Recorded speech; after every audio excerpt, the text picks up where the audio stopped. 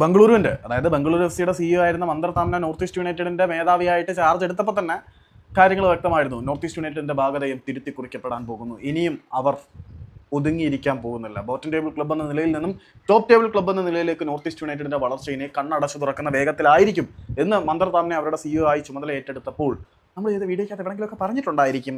അത് അവർ അക്ഷരം പ്രതി ശരിയാക്കിക്കൊണ്ടിരിക്കുകയാണ്. കഴിഞ്ഞ സീസണിലെ മാസ്മരിക പ്രകടനം കൊണ്ട് തന്നെ എല്ലാവരുടെയും ഫേവറേറ്റ് ആയി മാറിയ മൊറോക്കൻ താരമായിട്ടുള്ള അലാദീൻ അജാരയുടെ കോൺട്രാക്ട് അവർ ഒരു വർഷത്തേക്ക് കൂടി എക്സ്റ്റെൻഡ് ചെയ്തിരിക്കുകയാണ്.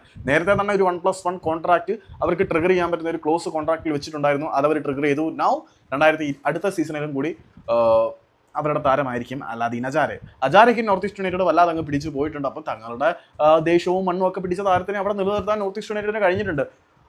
അതേസമയം മറ്റേ ആളുകൾ ഇനിയിപ്പം ന്യായീകരണമായിട്ടൊക്കെ ഇറങ്ങും. നമ്മൾ വളരെ ഹാർഡായിട്ട് ശ്രമിച്ചിട്ടുണ്ടായിരുന്നു, പക്ഷേ കിട്ടിയില്ല.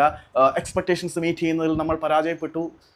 പക്ഷേ നമ്മളുടെ ആരാധകർ നമ്മളോടൊപ്പം ഉണ്ടായിരിക്കും. ആ ആരാധകർക്ക് എൻ്റർടൈൻ ചെയ്യാൻ വേണ്ടി ഞങ്ങളെല്ലാം ഒരുക്കി കൊടുക്കും. ആരാധകരാണെല്ലാം, നമ്മൾ പവറാണ് മക്കളെ എന്ന് പറയുമ്പോഴത്തേക്കും നമുക്കങ്ങ് ഓർഗാസും. കപ്പില്ലെങ്കിൽ എന്താ, കിരീടം ഇല്ലെങ്കിൽ എന്താ, നമ്മൾ പവറാണ്, ഫാൻസ് പവറാണ് എന്നും പെറ്റി എക്സ്ക്യൂസസുകൾ മാത്രം കേട്ടുകൊണ്ട് നമ്മൾക്ക് തലകുനിച്ചിരിക്കാം.